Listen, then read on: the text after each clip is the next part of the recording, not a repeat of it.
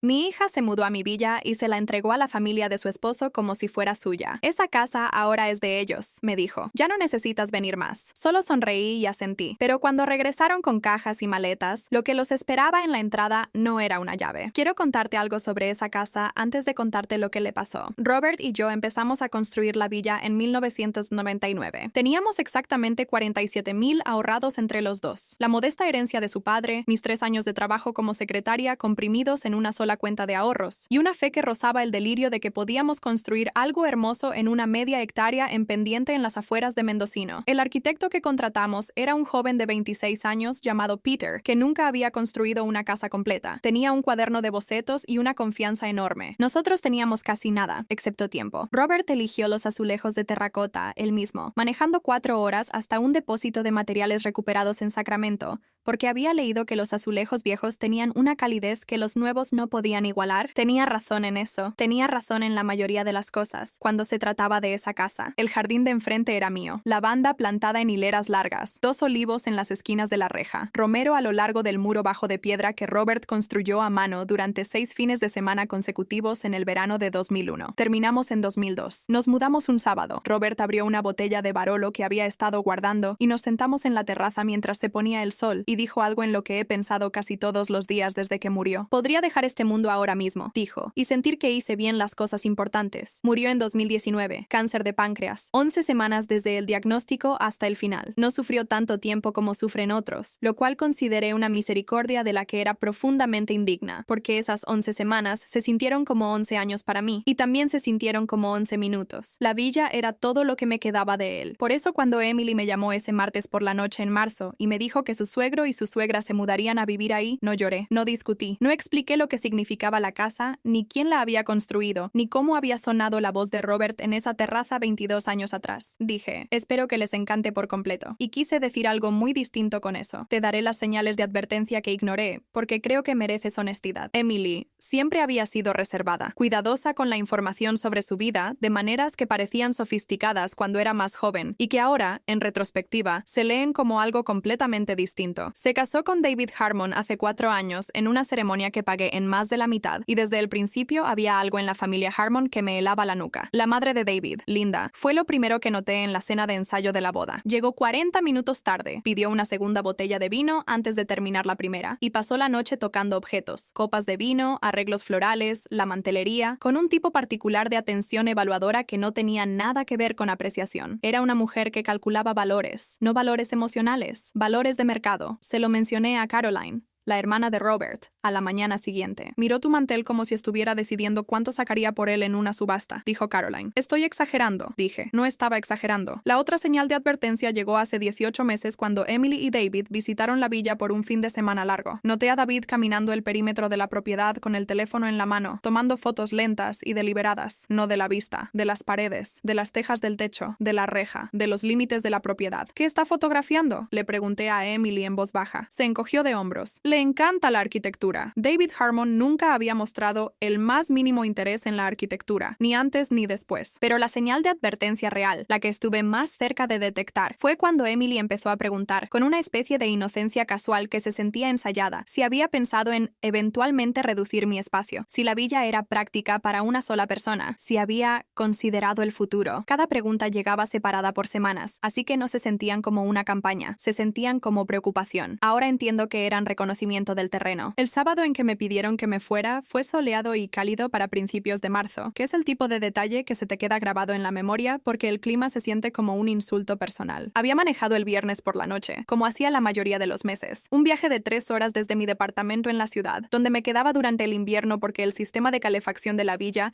necesitaba reemplazo y no había tenido tiempo de ocuparme de eso. Entré con mi llave, preparé té, dormí en mi propia cama. A las 8:14 de la mañana, lo sé porque revisé mi teléfono cuando escuché el auto. Emily y David llegaron por el camino de grava. No sabía que vendrían. Abrí la puerta principal. Emily traía puesta mi bata de baño. Mi bata de baño, la que había estado colgada detrás de la puerta del baño principal. La había encontrado, se la había puesto, y había salido a la terraza con mi café en mi taza, y me miró parada en la entrada de mi propia casa con una expresión que solo puedo describir como leve inconveniencia. Mamá, estás siendo inoportuna. Quiero detenerme aquí y decirte que he repetido este momento cientos de veces. Le he dado vueltas. Lo he examinado mirado desde todos los ángulos. He tratado de encontrar la parte donde quizás escuché mal o malinterpreté su rostro o saqué algo de contexto. No existe esa parte. Lo dijo limpiamente, claramente, sin un destello de crueldad, lo cual de alguna manera era peor que la crueldad, porque la crueldad al menos reconoce el peso de lo que está haciendo. David no levantó la vista de su propio teléfono. Estaba estirado en el camastro de la terraza, con lentes de sol, los pies cruzados en los tobillos, con la comodidad de un hombre que se consideraba ya en un lugar que le pertenecía. Tenemos planes este fin de semana, dijo Emily. Planes privados. No es buen momento. Miré a mi hija. De verdad la miré. Esperé el momento en que se escucharía a sí misma, cuando algún músculo vestigial de conciencia se activara y dijera: «Ay Dios, mamá, lo siento». No quise decirlo así. Nada. No quisiera importunar, dije. Me subí a mi auto. Manejé 3 horas a casa. No lloré hasta que estuve en mi departamento con la puerta cerrada. Y cuando lloré, no lloré como llora la gente en las películas, en sollozos largos y profundos. Lloré como se llora cuando tienes 64 años y algo ha confirmado un miedo que te habías negado a nombrar, silenciosamente, constantemente, como un grifo que se ha dejado corriendo. Esa noche Emily llamó, sin saludo. David y yo tomamos una decisión. Sus padres necesitan un lugar donde quedarse. La villa es lo más lógico. Se mudarán pronto. Dejé mi té sobre la barra con mucho cuidado. Emily, tu padre construyó esa casa. Mamá. Su voz cambió a ese registro particular que había estado usando desde que tenía unos 27 años. Suave, paciente, ligeramente disculpándose. La manera en que le hablarías a alguien confundido sobre un horario de autobús. Ya eres mayor. Deberías enfocarte en la comodidad, no aferrarte a una casa grande y vacía que apenas usas. Mayor. Comodidad. Aferrarte. Colgó pensando que había ganado algo. Ni siquiera había empezado a perder todavía. Lunes por la mañana, 9:15 a.m., estaba sentada en una silla de cuero frente a Jonathan Park. Jonathan había sido mi abogado durante 18 años. Antes de ser mi abogado, fue el abogado de Robert. Manejó todo, desde la compra de la propiedad en 1999 hasta el patrimonio de Robert en 2019. Tenía 61 años, completamente sin ninguna cualidad teatral, y era la persona más eficaz que había conocido. No actuaba a la calma, era calmado. Hay una diferencia, y siempre la he encontrado reconfortante. Le conté todo. No omití la bata de baño. No le ahorré nada sobre Emily. Le di el panorama completo y luego me senté en silencio mientras escribía 2 palabras en un bloc de notas y las subrayaba. Levantó la vista. ¿Has firmado algo recientemente? ¿Algún tipo de documento de transferencia? ¿Poder notarial? ¿Enmienda de copropiedad? No. ¿Algún formulario que te hayan presentado como rutinario? ¿Una autorización de mantenimiento o un documento de gestión patrimonial? Pensé. Estaba casi segura. No. Jonathan dejó su pluma. Entonces es completamente tuya. Aseguremos que siga siendo así. Durante las siguientes 48 horas, Jonathan se movió con una velocidad que nunca había visto en él antes. Presentó una confirmación formal del estatus de la propiedad ante la oficina del registrador del condado. Añadió un protocolo de verificación de múltiples capas al título que requería identificación biométrica para cualquier transferencia o modificación, es decir, mi huella digital, mi fotografía y una llamada de notarización por video, todo simultáneamente. También añadió lo que me describió como un disparador de litigio. Cualquier reclamo no autorizado contra la propiedad activaría automáticamente una contrademanda, documentada y fechada, con un registro del intento. Si intentan falsificar papeleo o hacer un reclamo por la puerta trasera, me dijo por teléfono el martes por la tarde, no obtendrán la villa. Obtendrán una cita en la corte muy costosa y un rastro documental muy exhaustivo. Hizo una pausa. Debo decirte, el nombre de Linda Harmon aparece en una demanda civil de 2017, un fraude inmobiliario en el condado de Sonoma. 3 propietarios de edad avanzada,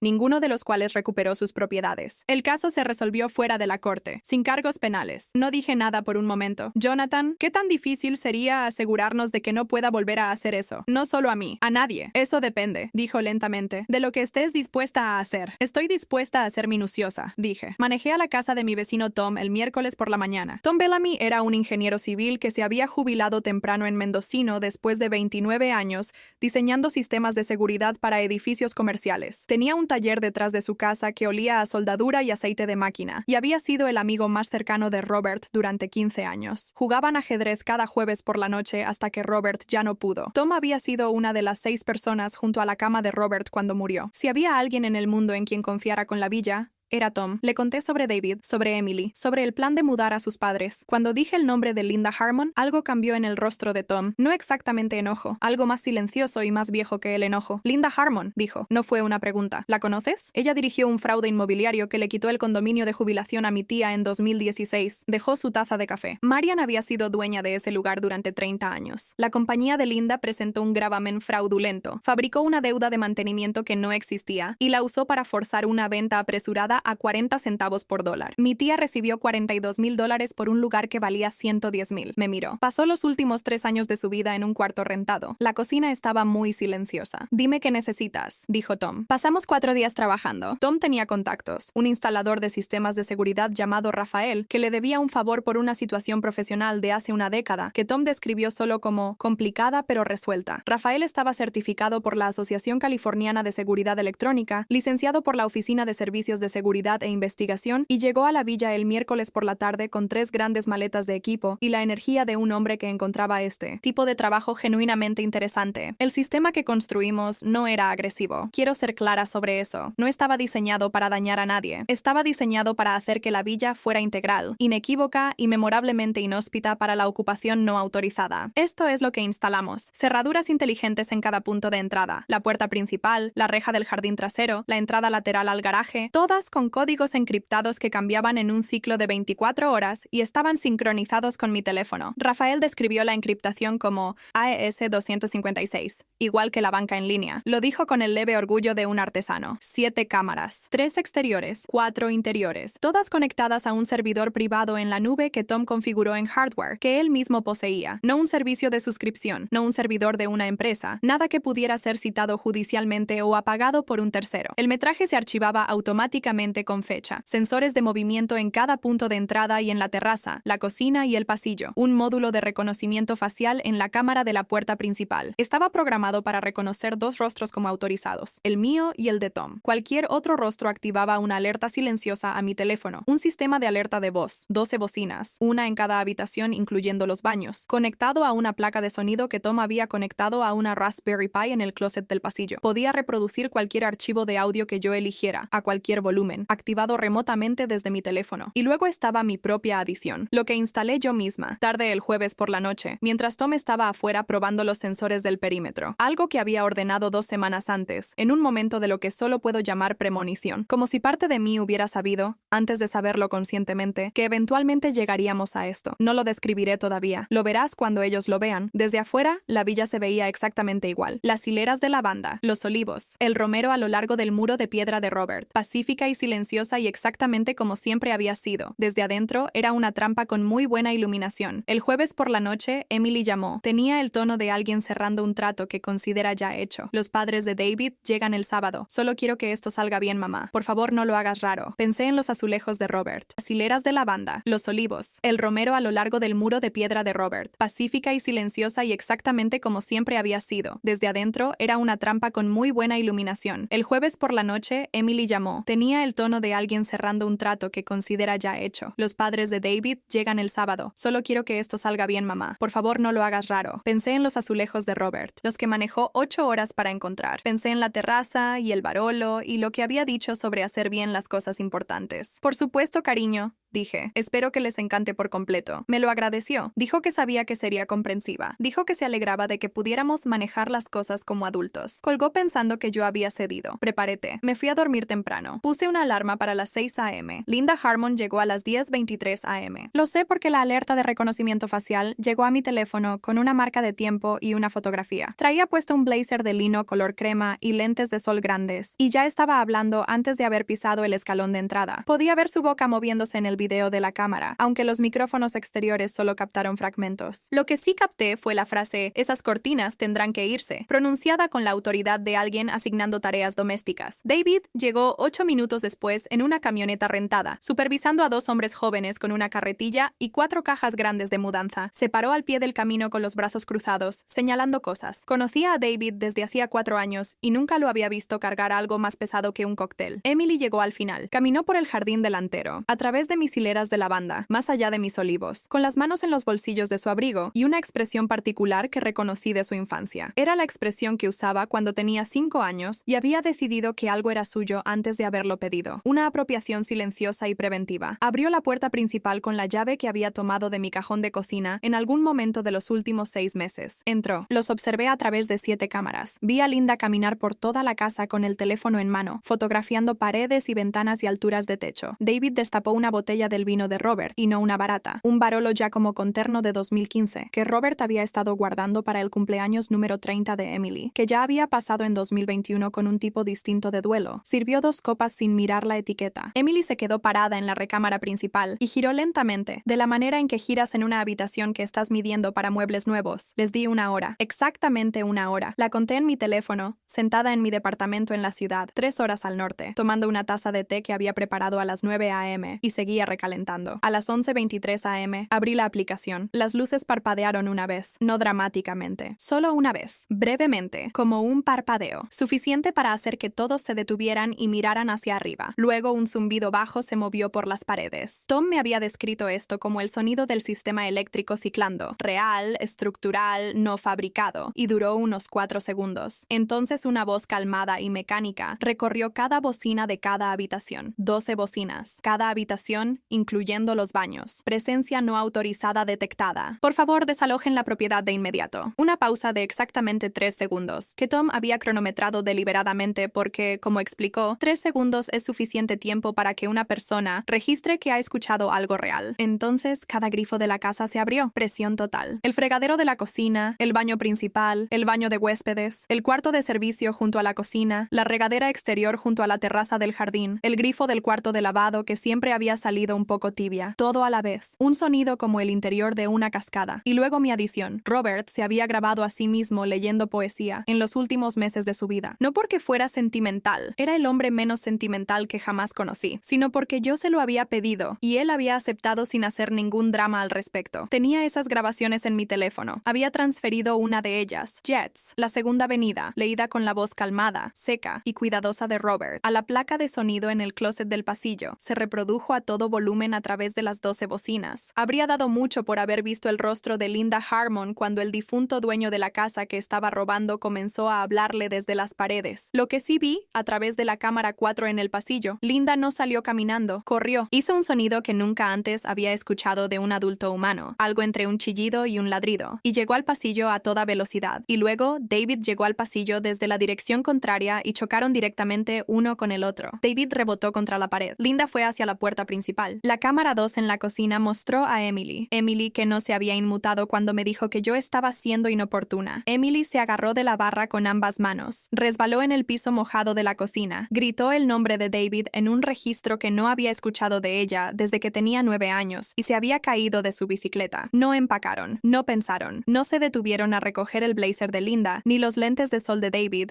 ni el Barolo de Robert. Corrieron hacia la camioneta y salieron marcha atrás del camino a una velocidad genuinamente insegura para una zona residencial, y al hacerlo golpearon la esquina izquierda del macizo de flores que Robert había plantado en 2003, el de los allium blancos y el pequeño marcador de madera que él mismo había hecho, nada más que sus iniciales y un año. Observé hasta que el auto desapareció. Luego apagué todos los grifos. Cerré todas las puertas con llave. Preparé una taza de té fresco. Me senté en mi departamento y pensé en la voz de Robert en esas paredes, y no sentí culpa, ni siquiera un poco. El domingo, Emily llamó. Su primera frase fue: ¿hubo algún tipo de problema de cableado? Hice sonidos de comprensión. Dijo que la casa necesitaba ser revisada antes de que alguien se quedara ahí. Dijo que podría ser un asunto de seguridad. Dijo que estaba segura de que se resolvería fácilmente. Dije que esperaba que así fuera. El lunes, David contrató a un cerrajero. El cerrajero llegó a las 11 a.m. Se llamaba Gary. Lo vi en la cámara 1, un hombre robusto con barba gris y una bolsa de herramientas. Examinó la cerradura de la puerta principal durante aproximadamente 3 minutos. Luego se movió a la reja lateral, luego a la entrada trasera. Luego se quedó parado en el camino un rato. Luego regresó a su camioneta. Después me enteré, por Tom, que Gary había llamado a un colega especializado en sistemas de seguridad comercial de alta gama. El colega vino y observó el sistema durante otros 11 minutos. Luego ambos hombres se fueron sin intentar nada. No volví a saber de David sobre las cerraduras. El martes, estaba de vuelta en la oficina de Jonathan. Jonathan tenía una carpeta sobre su escritorio. Tenía la mirada de un hombre que había pasado el fin de semana preparándose y ahora estaba listo para explicar algo importante. Linda Harmon dijo: ha hecho esto 3 veces que podemos documentar. Tu propiedad habría sido la 4ª. Cada vez el enfoque fue el mismo. Un familiar se casaba dentro de una relación de propiedad. La propiedad era ocupada bajo la apariencia de un arreglo familiar extendido y luego se ejecutaba un gravamen fraudulento o una transferencia por la puerta trasera mientras el propietario legal estaba socialmente aislado y bajo presión familiar. Deslizó un papel por el escritorio. El caso de Sonoma de 2017. Otros 2 casos de 2011 y 2014 14, ambos en el condado de Marin, ambos presentados como asuntos civiles, ambos resueltos, ninguno procesado penalmente. Miré el papel. 3 familias, 3 propiedades, 3 propietarios de edad avanzada que no habían estado tan preparados como yo. ¿Qué podemos hacer? Dije. 2 cosas. Jonathan abrió la carpeta. Primero, he redactado un informe para el Departamento de Bienes Raíces de California. Tienen una unidad de investigación de fraudes. La investigadora Patricia Chu, 12 años en fraude de propiedades.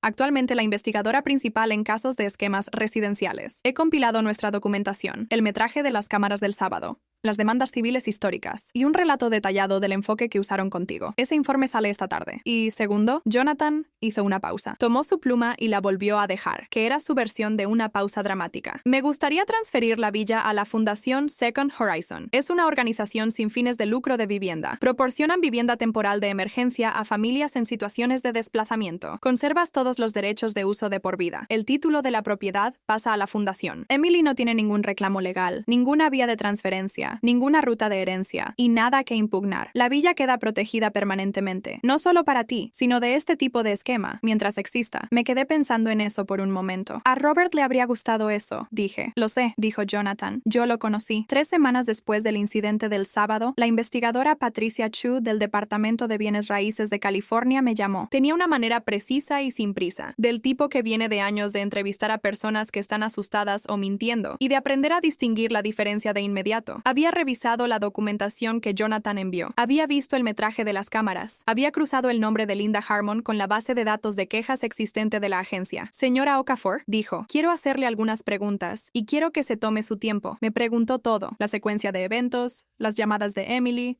la ocupación del sábado, el cerrajero, todo. Me preguntó qué documentación tenía. Le conté sobre la presentación de Jonathan y le di el número directo. Me preguntó si conocía otras posibles víctimas. Le conté sobre la tía de Tom, Marian. Hubo una breve pausa en la línea. Marian Bellamy. Conozco ese nombre. Otra pausa. He tenido ese expediente en mi escritorio durante 3 años. La tía de Tom había intentado reportarlo en su momento. El caso había sido asignado, retrasado, reasignado y efectivamente enterrado, no por malicia, me dijo Chu, sino por lo que ella llamó priorización de recursos, que es lenguaje burocrático para estábamos lidiando con fraudes más grandes. No estamos lidiando con fraudes más grandes ahora mismo, dijo. La investigación avanzó rápidamente después de eso. Para mediados de abril, la investigadora Chu había documentado 4 casos confirmados vinculados a Linda Harmon, incluyendo el condominio de Marian, y había referido el asunto a la oficina del fiscal de distrito del condado de Sonoma. El fiscal asignó el caso a un procurador llamado Marcus Webb, quien había pasado 11 años procesando delitos financieros y quien describió el expediente de Harmon como inusualmente bien documentado, lo cual Jonathan me dijo que era el elogio más alto que él daba. Linda Harmon fue acusada en mayo de 3 cargos de fraude de propiedad inmobiliaria y un cargo de abuso financiero a un adulto mayor. David, quien había participado en el esquema a sabiendas, enfrentó 2 cargos adicionales relacionados con su papel en el intento de ocupación. Emily no fue acusada. No había evidencia de que hubiera entendido la naturaleza completa de lo que sus suegros estaban haciendo, o si lo había entendido, no había evidencia de que hubiera participado específicamente en los mecanismos fraudulentos. Jonathan me aconsejó que la distinción legalmente importaba. Si me importaba a mí, era una pregunta separada. Emily llamó 4 veces en las 3 semanas después de que la investigación se hizo pública. Sé que se hizo pública porque un servicio local de noticias inmobiliarias publicó una nota breve sobre los cargos. No en primera plana, no dramática, solo unos párrafos. Y el apellido de casada de Emily apareció en conexión con el de David. Dejó mensajes de voz. Los escuché todos. El primero fue explicativo. Ella no había sabido. La habían engañado. Solo había querido ayudar. El segundo fue de disculpa. Lo sentía. No sabía cómo las cosas habían llegado tan lejos. El tercero fue, por primera vez en mucho tiempo, honesto. Dijo que sabía que la propiedad era mía. Dijo que se había dicho a sí misma que todo saldría bien. Dijo que la parte que le resultaba más difícil explicar era la bata de baño. No sé por qué me puse tu bata de baño, dijo en el mensaje de voz. He estado pensando en eso durante semanas. Creo que estaba tratando de sentir que ya había terminado. El cuarto mensaje de voz fue solo silencio durante 30 segundos, y luego el sonido de ella llorando, y luego la llamada terminó. No le devolví la llamada. Todavía no. No porque la estuviera castigando. No creo que el castigo sea algo que una madre le dé a una hija. No le devolví la llamada porque todavía no sabía qué quería decir. Y había aprendido a los 64 años, que las cosas más importantes merecen las palabras correctas, y las palabras correctas merecen tiempo. La transferencia a la Fundación Second Horizon se completó el 3 de junio. Jonathan manejó conmigo hasta allá para la firma. Conocimos a la directora de la fundación, una mujer llamada Grace Amara que había fundado la organización en 2009, después de perder el departamento de su familia en un esquema de arrendamiento depredador. Tenía 52 años, y la energía de alguien 20 años más joven, y me estrechó la mano con ambas suyas. Tenemos una familia en Ukiah ahora mismo, me dijo, madre soltera, 3 hijos. Han estado en un motel durante 6 semanas. No hemos tenido una propiedad de este tamaño disponible en el condado de Mendocino en 2 años. Pensé en eso. A Robert le habría gustado mucho eso, dije. Me quedé el fin de semana. Caminé por el jardín temprano en la mañana, de la manera en que solía caminar con él, despacio, una taza de té en ambas manos, la lavanda todavía ligeramente plateada por el rocío. Los olivos se habían vuelto más altos de lo que recordaba. El romero a lo largo del muro de piedra estaba espeso y fragante. Los allium en el macizo de flores que Robert había plantado en 2003 estaban en plena floración, esferas blancas en tallo. Caminé por el jardín temprano en la mañana, de la manera en que solía caminar con él, despacio, una taza de té en ambas manos, la lavanda todavía ligeramente plateada por el rocío. Los olivos se habían vuelto más altos de lo que recordaba. El romero a lo largo del muro de piedra estaba espeso y fragante. Los allium en el macizo de flores que Robert había plantado en 2003 estaban en plena floración, esferas blancas en tallos largos, meciéndose ligeramente en el aire marino. La esquina golpeada del macizo de flores todavía era visible. Un hueco en la hilera de allium, de unas 18 pulgadas de ancho, donde el parachoques de David había arrancado la tierra. Ordené bulbos de reemplazo esa tarde. El juicio de Linda Harmon está programado para octubre. Marcus Webb le dijo a Jonathan que el caso contra ella es, en sus propias palabras, inusualmente sólido. Tiene el metraje de las cámaras, la documentación, los casos civiles históricos, el testimonio de Marian Bellamy y la evidencia de nuestro propio encuentro. También tiene algo que las víctimas anteriores de Linda no tuvieron: una propiedad que nunca fue transferida, un esquema que fracasó por completo y un rastro documental que Jonathan construyó con la precisión de alguien que ha ejercido el derecho durante 31 años. David ha aceptado cooperar con la fiscalía a cambio de cargos reducidos. Su matrimonio con Emily, según todos los indicios, ha terminado. Ella se mudó a Portland. Sé esto porque Caroline, la hermana de Robert, todavía habla con ella. Caroline me dijo que Emily había conseguido un trabajo en una firma de arquitectura paisajista. Está aprendiendo a cultivar cosas, dijo Caroline. Pensé que eso era algo. Tom ha empezado a venir de nuevo a la villa los jueves, no para jugar ajedrez, porque no hay nadie con quien jugar, sino para ayudarme con el jardín. El jueves pasado, replantamos la esquina dañada del macizo de flores y pusimos 6 nuevos bulbos de allium y una pequeña planta de lavanda donde había habido un hueco. Trabajamos en silencio un rato, de la manera en que lo hacen los viejos amigos, y luego Tom dijo: a Robert le habría encantado cada minuto de esto. Se refería a todo: las cámaras, el sistema de voz, los grifos, la poesía. Se refería a la fundación, se refería a la lucha. Tenía razón. Robert siempre había creído que la respuesta correcta a una persona que te subestima no es el enojo, es la paciencia, y luego es la evidencia.